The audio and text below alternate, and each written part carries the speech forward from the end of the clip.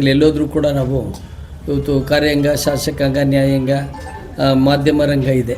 ಇದ್ರ ಇವತ್ತೇನಾದ್ರು ದೇಶ ಸ್ವಲ್ಪ ಉಳ್ಕೊಂಡಿದೆ ಅಂದರೆ ಮಾಧ್ಯಮ ರಂಗದಿಂದ ಅಂತ ಓಪನ್ ಆಗಿ ಹೇಳ್ತಾ ಇರ್ತೀವಿ. ಮತ್ತು ನಮ್ಮ ಯಾವುದೇ ಪ್ರಗತಿಪರ ಚಳುವಳಿಗಾಗಲಿ, ಜನಮುಖಿ ಚಳುವಳಿಗಳಾಗಲಿ, ಇವತ್ತು ಜನ್ಜಿ ನಡೀತಾ ಅದು ಕೂಡ ಇವತ್ತು ಸಕ್ಸಸ್ ಆಗಿದೆ ಅಂದರೆ ಮಾಧ್ಯಮಗಳಿಂದ ಅನ್ನೋದನ್ನು ಕೂಡ ನಾವು ಹೆಚ್ಚು ತಿಳ್ಕೊಂಡು ವಿಶೇಷವಾಗಿ ತಮ್ಮೆಲ್ಲರಿಗೂ ಅಭಿನಂದಿಸ್ತಾ ಇವತ್ತಿನ ಪತ್ರಿಕಾಗೋಷ್ಠಿ ಈಗಾಗಲೇ ನಮ್ಮ ಸ್ನೇಹಿತರು ಹೇಳಿದ್ದಾರೆ. ಇವತ್ತು ಕರ್ನಾಟಕ ರಾಜ್ಯ ಸರ್ಕಾರಿ SC/ST ನೌಕರ ಸಮನ್ವಯ ಸಮಿತಿ ಅಂತ 21 ವರ್ಷಗಳಿಂದ 2005 ಡಿಸೆಂಬರ್ 6ನೇ ತಾರೀಕು ಅಂಬೇಡ್ಕರ್ ಪರಿನಿಬ್ಬಾಣದ ದಿನ ಈ ಮೀಸಲಾತಿ ಪಡೆದ ನೌಕರರ ಮಧ್ಯೆ ತಗೊಂಡು ಹೋಗುವಂಥದ್ದು, ನೌಕರರಲ್ಲೂ ಕೂಡ ಸಮಾಜಮುಖಿ ಚಟುವಟಿಕೆಗಳನ್ನು, ಸಮಾಜ ಪರಿವರ್ತನಾ ಚಟುವಟಿಕೆಯಲ್ಲಿ ಭಾಗವಹಿಸೋದಕ್ಕೆ, ಮುಖ್ಯವಾಹಿನಿಗೆ ಬರೋದಕ್ಕೆ ಏನು ಮಾಡಬೇಕು ಅದನ್ನು ಜಾಗೃತಿ ಕೆಲಸವನ್ನು ಮಾಡ್ತಾಯಿದ್ವಿ. ಈಗಾಗಲೇ ರಾಜ್ಯದ ಎಲ್ಲ 26 ಜಿಲ್ಲೆಗಳಲ್ಲೂ ಜಿಲ್ಲಾ ಶಾಖೆಗಳನ್ನು ಒಂದು, ರಾಜ್ಯ 178ಕ್ಕೂ ಹೆಚ್ಚು ತಾಲೂಕುಗಳಲ್ಲಿ ಶಾಖೆಗಳನ್ನು ಹೊಂದಿರುವಂಥ ಈ ಸಂಘಟನೆ ಇವತ್ತು ರಾಜ್ಯ ಮಟ್ಟದಲ್ಲಿ ಜನಜಾಗೃತಿ ಮಾಡೋದಕ್ಕೆ 5 ಸಮಾವೇಶವನ್ನು ಮಾಡಿದ್ವಿ. 2011, 16, 18, 22, 24ರಲ್ಲಿ ಮಾಡಿದ್ವಿ. ಮೊದಲನೇದು ಟೌನ್ ಹಾಲಲ್ಲಿ ಮಾಡಿದ್ವಿ. ಇನ್ನು 4 ಸಮಾವೇಶಗಳನ್ನು ಅಂಬೇಡ್ಕರ್ ಭವನದಲ್ಲಿ ಮಾಡಿದ್ವಿ. ಸಾವಿರಾರು ಜನ ಬಂದಿದ್ದರು. ಮತ್ತು ಆಗಿನ ಮುಖ್ಯಮಂತ್ರಿಗಳು ಎಲ್ಲರೂ ಕೂಡ ರಾಜಕಾರಣಿಗಳು, ಅಧಿಕಾರಿಗಳೆಲ್ಲ ಭಾಗವಹಿಸಿದರು. ಇವತ್ತು 6ನೇ ಸಮಾವೇಶವನ್ನು ಇದೇ ನಾಡಿದ 28/8/2026 ಶುಕ್ರವಾರ ಮಾಡ್ತಾ ಇದ್ದೀವಿ.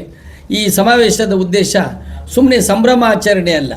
ಇವತ್ತೇನಾಗದೆ, ಇವತ್ತು ನಾವು ನಮ್ಮ ದೇಶದ ಚಿತ್ತ ಎತ್ತ ಹರಿತಾ ಇದೆ ಅನ್ನೋ ಒಂದು ಗೊಂದಲ ಸ್ಟಾರ್ಟ್ ಆಗಿರುವಂಥ ಟೈಮ್ನಲ್ಲಿ ಎಲ್ಲರೂ ಕೂಡ ಸಾಮಾಜಿಕವಾಗಿ ಚಿಂತೆ ಮಾಡಬೇಕಾಗಿದೆ ಅಂತ ಜಾಗೃತಿ ಮಾಡೋದ್ರ ಜೊತೆಗೆ ಅದಕ್ಕೆ ಐಕ್ಯತಾ ಸಮಾವೇಶ ಅಂತ ಇಟ್ಟಿದ್ದೀವಿ.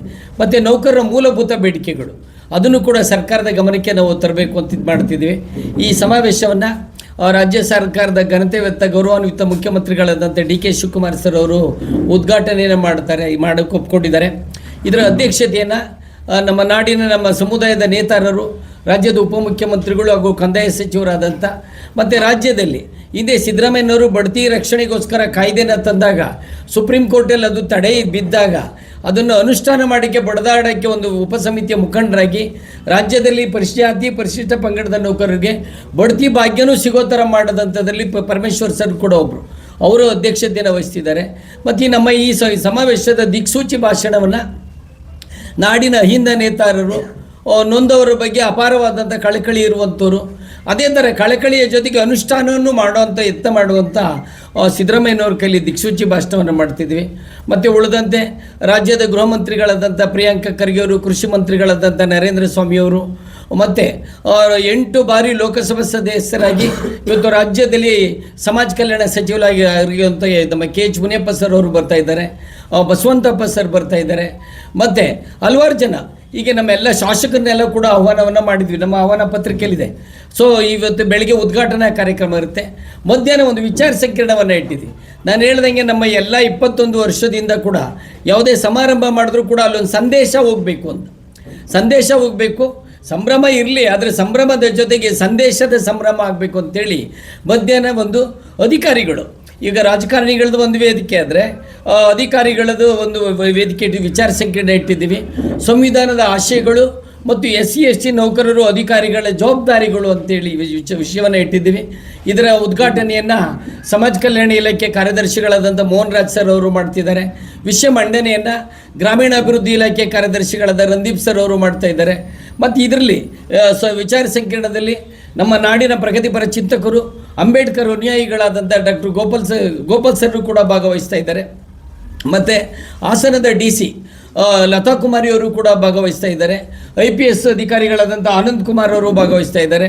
ಈ ರೀತಿ ಎಲ್ಲ ಅಧಿಕಾರಿಗಳು ಮತ್ತು ತಾಂತ್ರಿಕ ಶಿಕ್ಷಣ ಇಲಾಖೆ ಜಂಟಿ ನಿರ್ದೇಶಕರಾದಂಥ ಅರ್ಚನರವರು ಭಾಗವಹಿಸ್ತಾ ಇದ್ದಾರೆ. ಅದು ವಿಚಾರ ಸಂಕಿರಣ.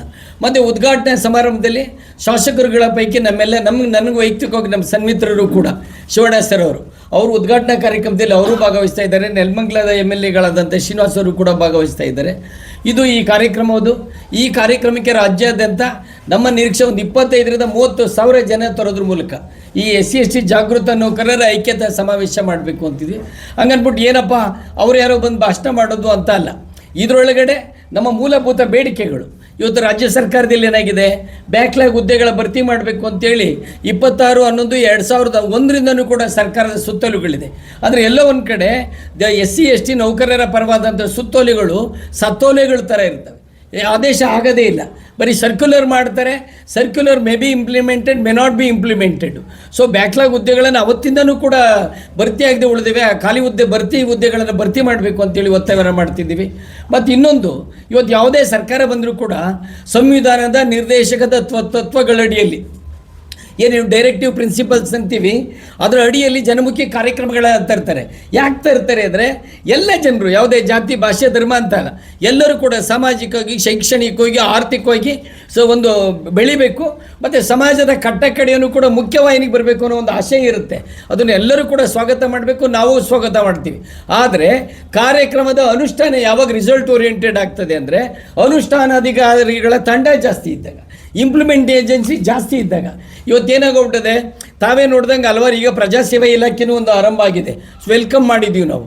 ಆದರೆ ಇವತ್ತೇನಾಗಿದೆ, ರಾಜ್ಯ ಸರ್ಕಾರದ ಆರ್ಥಿಕ ಸಾಂಖ್ಯಿಕ ಇಲಾಖೆಯ 31/3/2025 ಪ್ರಕಾರ ರಾಜ್ಯ ಸರ್ಕಾರದಲ್ಲಿ 8,20,000 ಪ್ಲಸ್ ಮಂಜೂರಾತಿ ಹುದ್ದೆಗಳಿದೆ, ಸ್ಯಾಂಕ್ಷನ್ ಪೋಸ್ಟು.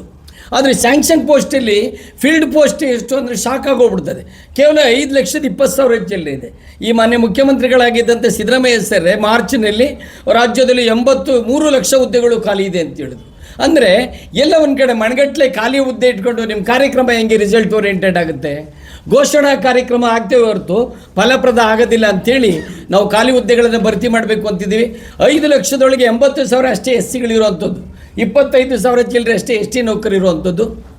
ಇನ್ನೆಲ್ಲಿ ಆ ಬೇಡಿಕೆನೂ ಕೂಡ ಇಡೋದ್ರ ಜೊತೆಗೆ ಇವತ್ತೆಲ್ಲರಿಗೂ ಕೂಡ ಗೊತ್ತಿದೆ, ಇವತ್ತು ಮೀಸಲಾತಿ ಪಡೆದೇ ಇರುವಂಥ ಜಾತಿನೆಲ್ಲ ಇಂಡಿಯಾದಲ್ಲಿ ಯಾರೂ ಇಲ್ಲವೇ ಇಲ್ಲ. ಮೊದಲೇನಾಗೋರು ಮೀಸಲಾತಿಯಿಂದ ಎಸ್ ಸಿ ಎಸ್ ಟಿಗಳಿಗೆ ಮೀಸಲಾತಿ ಕೊಟ್ಟು ದೇಶಾಂತರ ಗುಂಡಾಂತರ ಆಗೋಯ್ತು, ದಿವಾಳಿ ಎದ್ದೋಯ್ತು ಅಂತಿದ್ರು.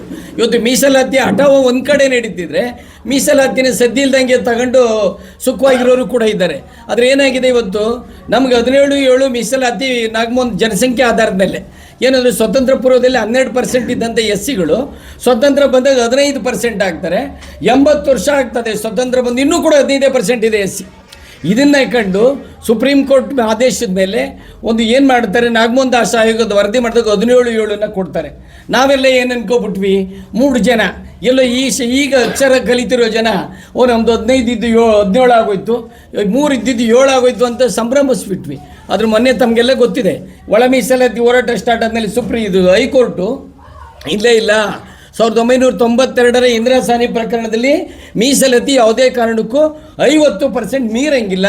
ಮೀರಬೇಕು ಅಂತೇಳಿದ್ರೆ ಸಂವಿಧಾನಕ್ಕೂ ಪಾರ್ಲಿಮೆಂಟ್ಗೆ ಹೋಗಬೇಕು, ಚರ್ಚೆ ಆಗಬೇಕು, 9th ಶೆಡ್ಯೂಲ್ಗೆ ಸೇರಬೇಕು. 9th ಶೆಡ್ಯೂಲ್ಗೆ ಸೇರದ ಹೊರತು ನೀವು ಹೆಚ್ಚಳ ಮಾಡೋಂಗಿಲ್ಲ ಅಂತ ಹೇಳಿದ್ರು. ಇವ್ರು ಏನು ಮಾಡಿದ್ರು, 9th ಶೆಡ್ಯೂಲ್ ಪ್ರಸ್ತಾಪ ಕಳಿಸ್ತಿಲ್ಲ, 17/7 ಅಂತ ಹೇಳ್ಬಿಟ್ಟು. ನೋಡಿ, ತಮಿಳ್ನಾಡವರು 9th ಶೆಡ್ಯೂಲ್ಗೆ ಹೋಗಿದ್ರಿಂದ 69% ಮೀಸಲಾತಿ ತಗೋತಾರೆ. ಪಂಜಾಬ್ನಲ್ಲಿ 72% ಏನೋ ಇದೆ. ಅದು ನಮ್ಮ ಮನವಿ, ಈ ಮೀಸಲಾತಿಯನ್ನು 9th ಶೆಡ್ಯೂಲ್ಗೆ ಸೇರಿಸಬೇಕು ಅಂತ ಇರೋದು ಒಂದು ಕಡೆ. ಆದರೆ ಇನ್ನೊಂದು, ಎಲ್ಲ ಜಾತಿಯಲ್ಲೂ ಬಡವರಿದ್ದಾರೆ. ಒಬ್ಬರು ICU ಪೇಷಂಟ್ ಆಗಿರ್ಬೋದು, ಒಬ್ಬರು ಅಡ್ಮಿಂಟ್ ಆಗೋನಾಗಿರ್ಬೋದು, ಒಬ್ಬ OPD ಇರ್ಬೋದು. ಎಲ್ಲ ಜಾತಿಯಲ್ಲೂ ಆರ್ಥಿಕವಾಗಿ ಹಿಂದುಳಿದವರು ಇದ್ದಾರೆ. ಬಟ್ ನಮ್ಮದೇನು ಅಂದರೆ ಸಾಮಾಜಿಕ, ಆರ್ಥಿಕ, ಶೈಕ್ಷಣಿಕ, ಇನ್ಕ್ಲೂಡಿಂಗ್ ರಾಜಕೀಯದಲ್ಲೂ ಹಿಂದುಳಿದ ಜನಾಂಗ ನಾವು. ರಾಜಕೀಯದಲ್ಲಿ ಏನಾದ್ರು ಫಾರ್ವರ್ಡ್ ಆಗಿದ್ರೆ ಇವತ್ತು ರಾಜ್ಯದಲ್ಲಿ ಆಳೋ ಶಕ್ತಿಗಳಾಗ್ತಿದ್ವಿ ನಾವು. ಎಲ್ಲ ಒಂಥರ ಆಳುಗಳ ಥರ ಇರೋದು, ಯಾಕೆಂದರೆ ಅಲ್ಲೂ ಕೂಡ ಅಸಮಾನತೆ ಇದೆ. ನಾನು ಯಾಕೆ ಮಾತು ಹೇಳಿದೆ ಅಂದರೆ, ಇವತ್ತು ಸರ್ಕಾರಿ ಉದ್ಯೋಗಗಳಲ್ಲಿ ಸೇವಾ ವಲಯದಲ್ಲಿ ಉದ್ಯೋಗ ಇರೋದು ಬರೀ 0.8%. ನಾನು ಹೇಳೋದಲ್ಲ, 7.5 ಕೋಟಿ ಜನ, 8,20,000 ಮಂಜೂರಾತಿ ಹುದ್ದೆ, 5 ಲಕ್ಷ ಭರ್ತಿ ಆಗಿರೋದು. ಅದರೊಳಗಡೆ ಎಷ್ಟು % ಭರ್ತಿ ಲೆಕ್ಕ ಹಾಕ್ಕೊಳ್ಳಿ. ಹಾಗಾದರೆ ಇನ್ನು ಉದ್ಯೋಗದ ಅವಕಾಶ ಎಲ್ಲಿದೆ? ಖಾಸಗಿ ಕ್ಷೇತ್ರದಲ್ಲಿದೆ. ಖಾಸಗಿ ಕ್ಷೇತ್ರದಲ್ಲಿ ಏನಾಗ್ತದೆ, ಯಾವುದೋ ಒಂದು ಬಲವಾದಂಥ ಪಟ್ಟಭದ್ರ ವರ್ಗದಲ್ಲಿ ಕೆಲಸ ತಗೊಳ್ತಿರ್ತಾರೆ. ಪಾಪ ಹಿಂದುಳಿದವರು, ದಲಿತರು, ಅಲ್ಪಸಂಖ್ಯಾತರು ಎಲ್ಲಿ ತಗೊಳಕ್ಕಾಗತ್ತೆ? ನಮ್ಮ ಮನವಿ, ಖಾಸಗಿ ಕ್ಷೇತ್ರದಲ್ಲೂ ಕೂಡ ಮೀಸಲಾತಿಯನ್ನು ಕೊಡಬೇಕು ಅನ್ನೋದು, ಈ ಬೇಡಿಕೆಗಳನ್ನು ಇಟ್ಟಿದ್ದೀವಿ.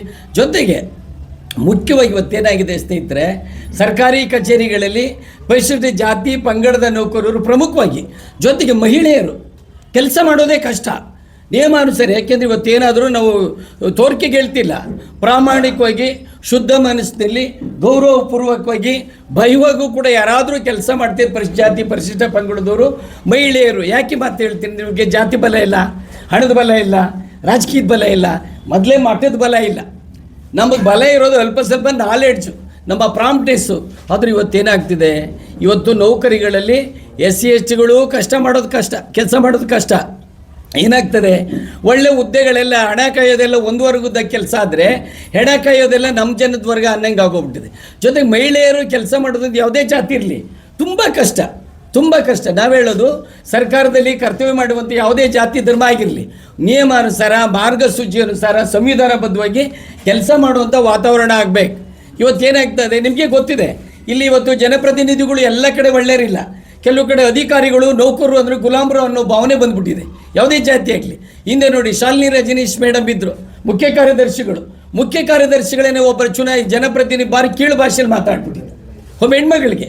ಇನ್ನೊಬ್ಬರು ಆ ಶಿಡ್ಲಘಟ್ಟದಲ್ಲಿ ಪವಿತ್ರ ಗೌಡ ಅನ್ನೋ ಹೆಣ್ಮಗಳು ಪುರಸಭೆ ಅಧಿಕಾರಿ ಪವಿತ್ರ ಗೌಡಪ್ಪ, ಇನ್ನೊಬ್ಬ ನಾಯಕ ಹೋಗ್ಬಿಟ್ಟಿದ್ದಕ್ಕೆ ವಿಚಿತ್ರವಾಗಿ ವರ್ತಿಸ್ಬಿಟ್ಟಿದ್ದ.